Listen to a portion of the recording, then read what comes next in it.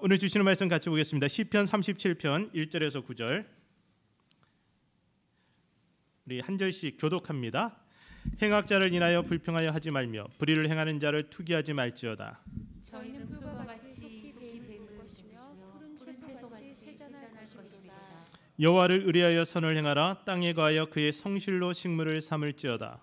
또 여호와를 기뻐하라. 저가 내 마음의 소원을 이루어 주시리로다.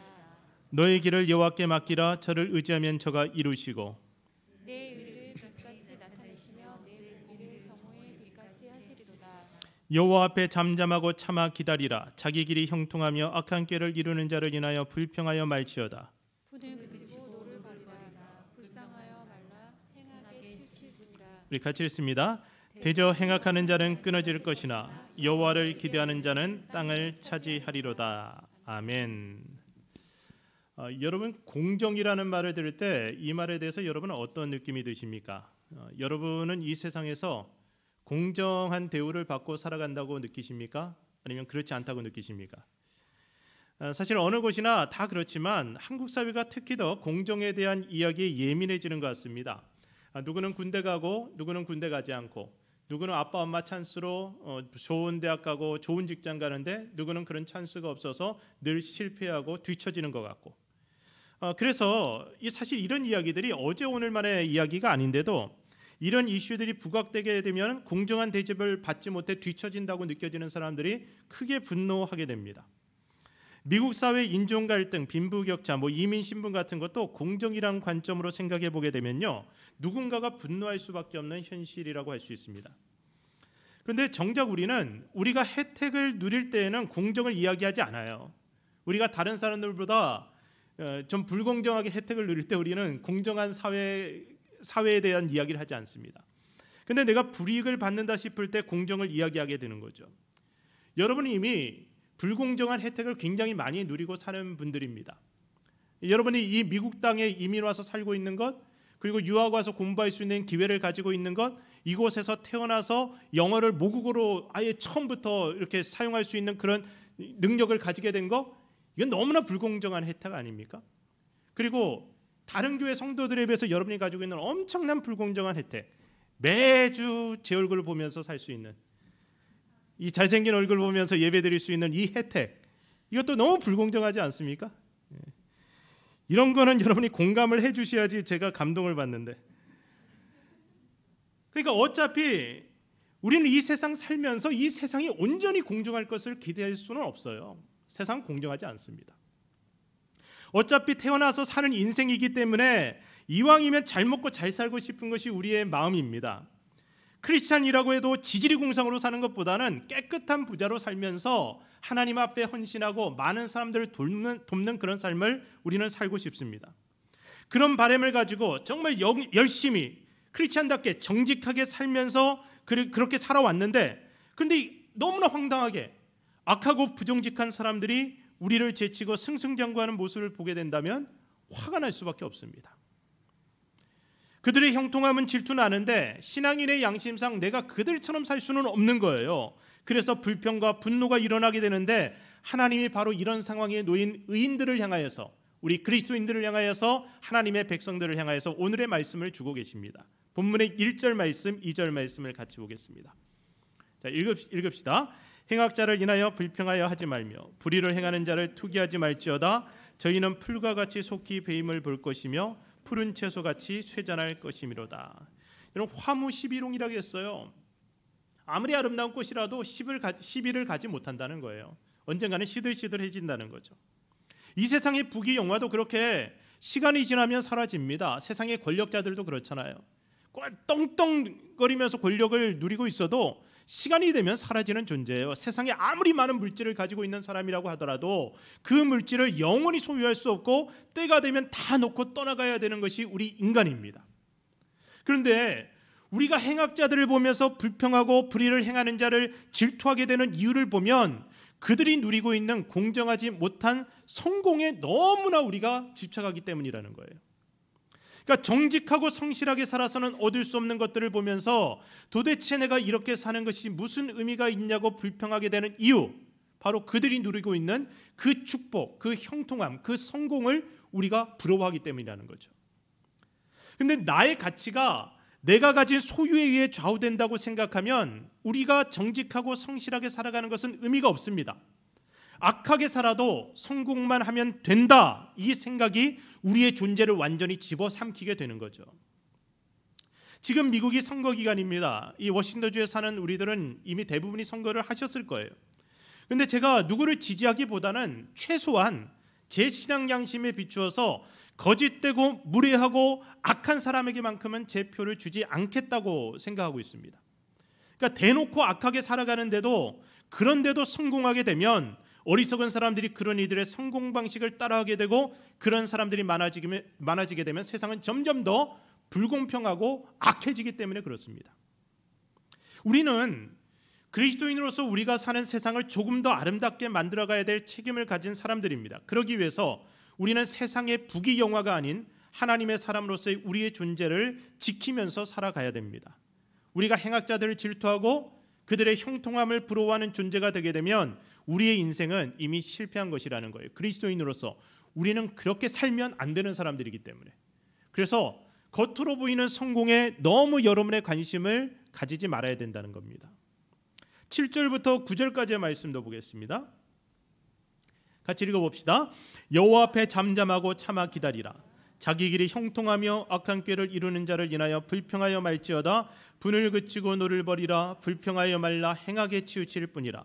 대저 행악하는 자는 끊어질 것이나 여호와를 기대하는 자는 땅을 차지하리로다. 자, 행악하는 자는 끊어질 것이다. 끊어진다. 일단 하나님의 은혜에서 끊어지고요, 하나님의 심판대 앞에서 그들이 끊어짐을 당할 것이기 때문에, 그래서 그런 사람들을 두려워하지 말라는 거예요. 영원한 생명을 얻은 하나님의 자녀들이 결국에는 풀처럼 베어질 악인들을 부러워한다는 것이 말이 되지 않는다는 겁니다. 우리가 이 세상의 심판자이신 영원한 하나님을 섬기는 사람들이라면 이제 우리 속에서 일어나는 잘못된 불평과 분노를 하나님 앞에 온전히 내려놓고 우리에게 주시는 하나님의 말씀에 귀를 기울여야 됩니다. 오늘 우리 특송으로 내려놓음이라는 찬양을 들었어요. 이 내려놓음이란 주제가 이제 다양한 방향에서 이제 제기되어지는데, 우리 불교에서도 내려놓음이란 주제가 굉장히 중요한 주제이기도 해요. 그러니까 다른 종교에 있어서도요. 그런데 우리 기독교인들이 이 내려놓음을 어떻게 생각해야 될까? 오늘 설교 제목을 찬양 가사하고 찬양 제목하고 똑같이 내려놓음이라고 잡았는데, 이 내려놓음이란 제목의 책이 있었어요. 몽골의 이용규 선교사님이 쓴 책인데, 그분이 그 책에서 이런 말씀을 하셨습니다. 우리가 하나님께 묻지 않는 이유는 그분으로부터 들으려 하지 않기 때문이다. 우리가 듣지 못하는 이유는 순종하려 하지 않기 때문이다. 제가 한 번 더 말씀드릴게요. 우리가 하나님께 묻지 않는 이유는 그분으로부터 들으려 하지 않기 때문이다. 우리가 듣지 못한 이유는 순종하려 하지 않기 때문이다. 그러니까 우리가 하나님 앞에 온전히 내려놓지 못하고 살아가는 이유는요, 그분의 음성을 듣지 않으려고 하는 것이고요, 그분의 음성을 듣지 않으려고 하는 이유는 뭐냐면 순종하고 싶지 않기 때문이에요. 그러니까 하나님의 음성을 듣지 못하면 하나님이 주시는 축복도 없습니다. 하나님의 음성을 들으려고 하는 사람이라면 자신의 생각을 비워야 되는데, 근데 내 생각이 너무 많아요. 그러니까 이렇게 살아야지 행복할 것 같고, 이래야지 나에게 좋을 것 같은 그 내 생각이 너무 많아서 내 생각 비우지 않고 하나님의 음성을 들으려고 하니까 들려지지가 않는 거죠. 우리가 그리스도인으로 이 땅을 살아가는 동안 우리가 한 가지 분명한 믿음을 가져야 되는데, 그건 뭐냐면 하나님만이 나에게 가장 좋은 것을 주시는 분이라는 겁니다. 만약 여러분이 하나님 말씀 듣고 살다가 고생만 직석이 할 것이다 이런 생각 가지고 있으면 어떻게 우리가 하나님의 말씀에 귀를 기울이겠습니까? 성경 이야기는 오래전에 쓰여진 이야기고 옛날 사람들이 했던 말이고 옛날 사람들을 위해서 주신 말이니까 오늘의 사는 우리하고는 거리가 멀어, 이렇게 생각하고 이 말씀에 더 이상 귀를 기울이지 않는다면 어떻게 우리가 하나님의 음성을 듣고 그분의 인도하심을 받을 수 있겠냐는 거예요.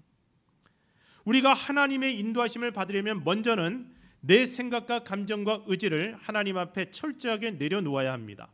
나의 겉사람이 깨어져야지 나의 속사람이 흘러나와 영적인 사역을 할 수 있게 되고 하나님 주시는 영적인 능력을 경험하며 살아갈 수 있게 됩니다. 오늘 우리가 이 예배를 통해서 나의 자아가 그리스도와 함께 십자가에 못 박혔다는 사실을 다시 한번 확인하고 내 속에서 살아 역사하시는 주님이 나를 통해 다시 드러나시도록 그분 앞에 나를 내어드려야 됩니다. 그것이 예배예요. 하나님은 인격적인 분이라서 우리가 동의하기 전까지는 우리에게 하나님의 계획을 강요하지 않습니다. 그러니까 우리를 깨트리고 우리 속에 계시의 말씀을 들려주시는 분은 하나님이시지만 이 일이 가능하도록 우리 자신을 내려놓도록 협조하는 것은 우리의 역할입니다. 그래서 우리가 우리의 생각, 감정, 의지를 하나님 말씀에 복종시키고 그분 앞에 내려놓는 것, 이것이 바로 우리가 하나님의 은혜를 경험하는 척도가 된다는 거죠. 그래서 옳고 그름의 판단 기준도 우리는 내려놓아야 합니다. 당연하게 일어날 수밖에 없는 분노도 내려놓고 우리 생각대로 행동하려고 하는 나의 의지도 내려놓아야 합니다. 우리의 생각과 감정과 의지가 성령에 의해 다룸을 받지 못하면 하나님의 형통함이 아닌 행악자들의 형통함을 부러워하며 사는 것이 너무나 쉬워지는 거예요. 그러니까 그들의 삶의 내용들에 관심을 가지는 것이 아니라 그들의 삶의 결과들, 어쨌든 뭐로 가면 서울만 가면 된다. 그러니까 저 사람 잘 됐으니까 나도 저렇게 살면 된다. 그런 것을 본받게 된다는 거죠. 우리가 성숙해질수록 다투고 집착하는 대신에 내려놓는 모습이 많아집니다. 그래서 어르신들은 좀 더 잘 내려놓는 모습을 보여주세요. 나이가 들어갈수록. 제가 젊을 때는 아내하고 빠락빠락 싸우면서 이기려고 했어요. 근데 이제 나이가 들어가면서 이빨 빠지고 손톱 빠지고 발톱 빠지니까 이제는 웬만해 갖고는 그렇게 이기려고 하지 않습니다.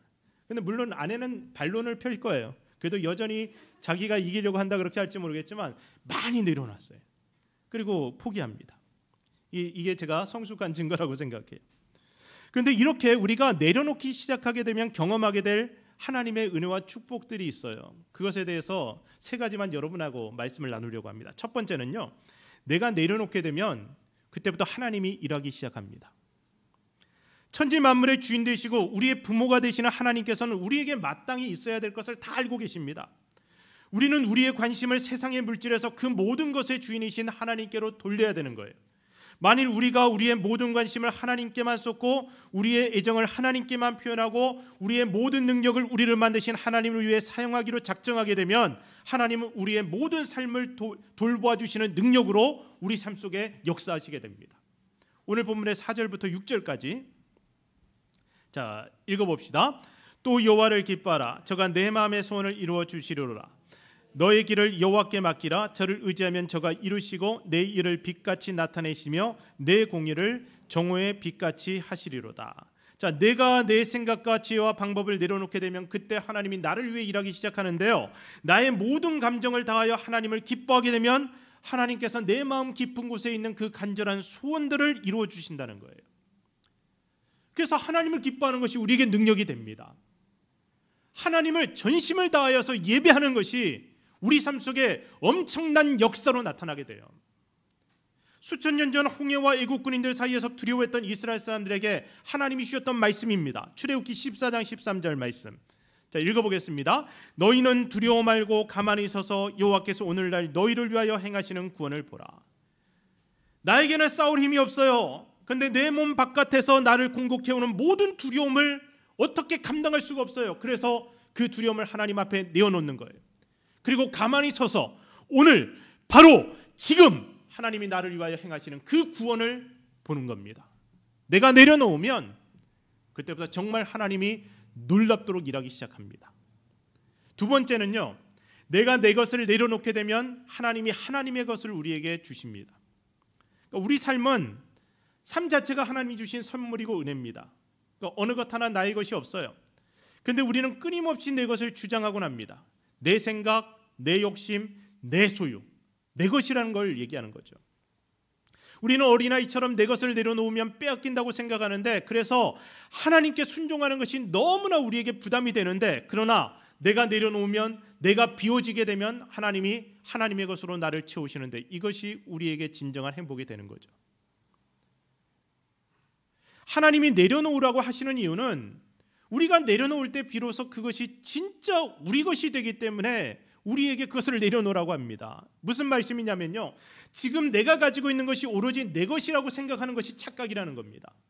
여러분이 가지고 있는 돈, 명예, 재능, 그리고 권력, 이거 여러분 거 아니에요. 하나님이 주셨으니까 지금 내가 누리고 있는 거 아닙니까? 내가 너무 똑똑하고 내가 너무 부지런하게 공부해서 이 자리에 올라왔다. 여러분, 인간의 뇌에 실핏줄 하나만 끊어줘도요, 그 똑똑함 없어져요. 아무것도 아닙니다. 순식간에 무너질 수 있는 게 우리 인간들이 쌓아 올리는 이 세상 것들입니다. 돈이든 명예든 쾌락이든 내가 내려놓지 않으면 그것들은 곧 나의 우상이 되어서 나의 주인 행세를 하게 됩니다. 그러니까 결국 하나님의 자녀인 내가 하찮은 우상들에게 끌려가는 인생으로 전락하게 되는 거예요. 그러니까 내가 이거 내려놓지 못하고 이 돈을 가지고 돈 하고 살아가게 되면 이 돈에 내가 지배당하는 인생이 되고요. 내가 세상에서 출세하는 그 출세의 목이 말라서 출세하고 살아가면 그것이 나를 이끌어가는 이 나의 주인 행세를 하게 되는 거죠. 자식에게 집착하면 자식이 나의 주인 행세를 하게 되고, 어떤 사람에게 집착하게 되면 그 사람이 나를 계속해서 끌고 가는 그런 우상이 되어버리고 맙니다. 그러니까 우상이라는 게 별게 아니에요. 그것으로 인해서 내가 행복해지겠다, 저것만이 나에게 행복을 줄 것이다라고 생각하면 그게 우상이 됩니다. 여러분, 자식이 우상이 되는 거 아주 단순해요. 자식들은 너 나를 행복하게 만들어줘야 된다, 너가 나를 실망시키면 안 되지. 그럼 뭐예요? 그 자식이 나의 우상이 되는 거예요. 어떻게 내 자식이 나를 행복하게 만들 수 있어요? 그 자식을 나에게 허락하셔서 자식을 통하여 나를 행복하게 만들어주신 하나님이 나의 주인이 아닌데 어떻게 하나님이 주신 그것으로 인해 그것이 나를 행복하게 만들어줄 것이라고 기대하며 살아가는 것이, 그건 그리스도인들이 크게 착각하는 겁니다. 하나님은 그 모든 것을 하나님 앞에 내려놓으라고 오늘 요구하시게 되는데, 그 이유가 뭐냐면 우리가 세상의 것에 지배당하는 자가 아니라 세상을 다스리는 자가 되도록 하기 위함이에요. 그 모든 것이 하나님으로부터 왔지만 하나님은 항상 우리에게 더 좋은 것을 주고 싶어 하십니다. 그래서 우리의 관심이 하나님이 아닌 세상의 축복들에 쏠려 있을 때마다 그것들을 그것들을 하나님 앞에 내려놓으라고 요구하시는 겁니다. 아브라함이 그의 아들 이삭을 하나님 앞에 내려놓았을 때 이삭은 더 이상 그에게 우상이 아닌 참자식이 되었고 아버지와 함께 모든 축복을 다스리고 그 축복을 통해 하나님을 섬기는 사람으로 변화됩니다. 야곱은 움켜잡는 사람으로 태어났습니다. 그리고 평생을 내 것 하며 움켜잡으며 살았습니다. 그리고 타고난 똑똑함과 그리고 부지런함을 통해서요, 웬만한 건 다 움켜잡았어요. 그래서 이 여자와 결혼하겠다 작정하고 라일이라는 여자를 정말 사랑해서 결국은 자기 아내로 삼습니다. 그리고 재산도 많이 축적했어요. 하면 할 수 있는 사람이에요. 그렇게 움켜잡고 살아가는데, 근데 온 생을 다 바쳐 사랑했던 아내 라헬을 먼저 떠나보내고요, 목숨처럼 아꼈던 아들 요셉도 잃게 됩니다. 마침내는 나이 들어서 기근과 고난의 상황에서 막내 아들 베냐민을 사지가 될지도 모르는 애굽으로 보내게 됩니다. 그때 모든 것을 내려놓는 고백을 하게 됩니다. 그때 그의 고백이 뭐냐면 이르면 이르리로답니다. 그러니까 내려놓은 거예요. 이제 움켜잡고 살았던 것을 스라라 손에서 다 빠져나갔어요. 이제는 정말 내 힘으로 할 수 있는 것이 없구나라는 것을 인정하는 순간 하나님 앞에 내려놓습니다. 그렇게 다 내려놓았을 때 하나님이 그를 위해 주시기로 작정하셨던, 준비되었던 모든 축복들이 순식간에 그에게 쏟아져 들어옵니다. 베냐민이 무사했던 건 물론이고요, 죽은 줄 알았던 요셉이 애굽의 총리 대신이 되어서 야곱을 찾아왔습니다. 그리고 기근에서 벗어날 충분한 양식을 얻었고 온 가족과 함께 풍요로운 삶의 터를 새롭게 허락받았습니다. 내려놓았더니 하나님이 준비하셨던 것들을 주시더라는 거예요. 여러분이 이것저것 여러분의 능력으로 아무리 발버둥치고 노력해도 안 되는 상황에 놓이셨다면 하나님 앞에 모든 것을 내려놓고 더 큰 축복을 준비하고 계신 하나님을 기대하셨으면 좋겠습니다. 행악하는 자는 끊어질 것이나 여호와를 기대하는 자는 땅을 차지할 것이다 말씀하셨습니다. 행악하는 자는 끊어집니다. 그러나 하나님을 기대하는 자, 잠잠하며 참고 기다리는 사람들은 하나님으로부터 오는 놀라운 능력을 경험하게 됩니다. 자, 세 번째인데요, 내가 내려놓게 되면 나도 살고 세상도 살게 됩니다. 내가 내려놓아야지 나도 살고 내 곁에 있는 사람들도 살고 온 세상도 살아나게 됩니다. 은퇴하시는 목사님들 마음이 하나같이 비슷해요. 섬기던 교회에 대한 안타까움과 그 애착으로 인한 불안함이 있습니다. 그러니까 내가 떠나면 이 교회가 무너지지 않을까? 내가 떠난다면 이 교회가 과연 잘 될 수 있을까? 그런데 말입니다, 이게 사실 안 떠나서 문제가 되지 잘 떠나면 문제될 일이 거의 없어요. 잘 떠나기만 하면. 위대한 하나님의 종 모세가 떠나간 리더의 자리를 하나님은 여호수아를 통해서 메꾸십니다. 모세가 위대해서 이스라엘이라는 나라가 세워진 것이 아니고 그를 위대하게 사용하신 하나님 때문에 이스라엘이 세워진 거예요. 그러니까 하나님이 그를 세운 거지 그가 그의 능력으로 무엇을 이룬 것이 아니라는 거죠. 그럼 누가 대통령이 되느냐? 그것으로 인해서 이 나라 미국이 왔다 갔다 하는 것이 아니에요. 그러니까 하나님이 누구를 대통령 되게 하시느냐에 따라 하나님이 그를 어떻게 이끄시느냐에 따라 이 나라 미국과 온 세상이 영향을 받게 됩니다. 그러니까 미국은 세계 최강국이에요. 이 나라로 인해서 세상의 많은 나라들이 영향을 받게 됩니다. 그래서 이 나라의 대통령이 누가 되느냐는 온 세상 사람들의 관심거리입니다. 여러분 뭐 다른 나라 대통령 누가 되느냐 우리가 그렇게 관심 갖지는 않잖아요. 그런데 미국 대통령 선거는 세상 사람들에게 정말 중요한 관심사입니다. 그런데 그럼에도 불구하고요, 사람이 세상을 주관하는 것처럼 보이더라도 결국 모든 인간 양심의 주인이신 하나님이 인간들의 정치 행위와 투표 행위에 관여해서 하나님의 계획을 이루어 가신다는 사실을 저는 믿습니다. 그래서 우리가 원하지 않는 방향으로 그런 일꾼이 선출되고 그런 사람이 세상을 자기 마음대로 이끌어가는 것 같을지라도 결국 그 모든 것을 합력해서 선을 이루어 가시는 분은 하나님이라는 사실입니다. 우리가 볼 수 있는 부분은 너무나 제한되어 있습니다. 그래서 우리가 선출하는 사람들이 정말 훌륭한 사람인지 그렇지 않은 사람인지, 일을 잘할 사람인지 못할 사람인지 누구도 그걸 알 수가 없어요. 그러니까 세상에 죄가 가득 차면 오염된 양심으로 사기꾼 같은 사람들을 선출하게 될 수도 있어요. 그리고 결국에는 그 공동체가 그 악의 열매를 먹게 됩니다. 근데 민주주의 체제가 왕정이나 사회주의 체제보다 더 좋다고 이야기들 하는데 지금 우리가 보는 이 미국의 민주주의 그리고 다른 많은 민주주의 국가들을 보면요, 이게 좌우로 크게 분열되어서 엄청난 이 갈등과 상처들을 경험하고 있습니다. 그러니까 민주주의 체제가 반드시 좋은 것도 아니에요. 그러니까 우리의 자본주의 체제가 가져온 물질 만능주의가 천박한 지도자들도 가능하게 만들어요. 그러니까 그냥 경제만 잘 되면 되잖아요. 사람들은 그러면 표를 주거든요.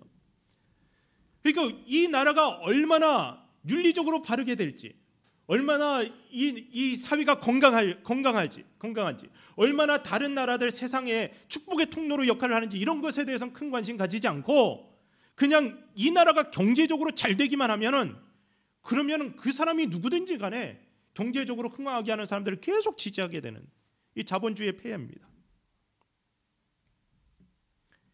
내 투표 행위를 통해 하나님께 이 나라와 온 세상을 맡기는 것, 저는 그것이 이번 대선 기간에 우리 미국 모든 사람들에게 나타나는 모습이었으면 좋겠습니다. 누가 대통령이 되든 그를 통해서 하나님이 행하시는 일들을 기대하고 그 지도자들을 위해 기도해야 돼요. 그러니까 저는 제가 원치 않는 지도자가 대통령이 되든 정치 지도자가 되든 상관없이 그를 위해서 끊임없이 기도할 겁니다. 최소한 하나님께서 그의 양심을 주장하셔서 어떻게든 그가 하나님 앞에 바른 결정을 할 수 있게 해달라고 기도할 거예요. 여러분, 소돔과 고모라가 멸망한 것은 그들의 죄악 때문이기도 하지만요, 그 도시 안에 하나님 앞에 내려놓고 기도하는 의인 10명이 없었기 때문이기도 합니다. 지금 이 나라가 멸망하지 않는 이유, 이 세상이 무너지지 않는 이유는요, 그런 하나님 앞에 내놓고 기도하는 사람들이 많아서예요. 의인 10명이 있어요. 우리가 각기 다른 선택을 한다고 해도 결국 그 모든 것을 합력하여 선을 이루는 분은 하나님이시기 때문에 우리가 최선을 다하여서 우리의 양심에 따라 어떤 선택을 하고 나면 그 다음엔 하나님 앞에 내려놓고 기도하고 그리고 열심히 협력해야 되는 거예요. 내 판단이 항상 옳다는 교만을 내려놓고 선한 양심을 따라 투표하게 되면 그 다음부터는 기도하고 협력하는 삶을 살아가는 것이 우리가 가져야 될 태도라고 저는 생각하는 겁니다. 그래서 이제 내일 모레 선거가 다 끝나고 나서 선거 결과가 발표나면요, 제가 바라는 건 그거예요. 아슬아슬하게 애매하게 누가 이기지 않고 아예 그냥 한쪽이 확 이겼으면 좋겠어요. 그래야지 사람들의 이 갈등 지수가 줄어들지, 이거 뭐 비등비등하게 이기면은 또 그 선거 결과에 뭐 이게 문제를 제기하고 불복하고 이런 일이 일어나면 사람들이 또 갈등이 증폭되지 않겠습니까? 그래서 제 기도 제목은 지금 그건데 누가 돼도 상관없어요. 한쪽이 그냥 확 이겼으면 좋겠습니다. 물론 조금 이 사람이 됐으면 좋겠다는 마음은 있어요. 근데 그래도 제가 정말 존경하고 귀하게 생각하시는 분들이 저하고 전혀 다른 생각을 하는 걸 보고 좀 놀라기도 하고 그래요. 근데 그게 하나님이 우리 양심을 통해서 일하시는 방식이에요. 어떤 사람은 이런 방향으로 저 사람이 되었으면 좋겠다고 생각하고요. 어떤 사람은 이런 마음으로 저 사람이 되었으면 좋겠다고 생각하는데 이것이 각각 다른 사람들의 양심을 통해서 하나님이 일하시는 방식이기 때문에 누구의 판단이 옳고 누구의 판단이 그러다 이 얘기를 우리가 할 수가 없는 겁니다. 그러니까 중요한 거는 목소리 내고 싸우는 것보다 기도가 더 강력한 능력이 된다는 거예요. 그래서 저는 우리 모두가 하나님 앞에 이 나라 미국을 위해 그리고 조국 대한민국을 위해 세상을 위해 하나님이 다스리시는 은혜를 허락해달라고 기도하는 사람들이 되었으면 좋겠어요. 그러기 위해서 우리가 내려놓는 겁니다. 오늘 내가 내려놓으면 나로 인해서 행복해질 사람들이 얼마나 많아지는지 모릅니다. 그러니까 세상의 권력자들에 대한 간절한 기도 제목이 있다면 그들이 훗날 이빨 빠진 호랑이가 되어서도 우리 교회 은퇴하신 장로님 권사님들처럼 존경받고 사랑받는 분들이 되었으면 좋겠어요.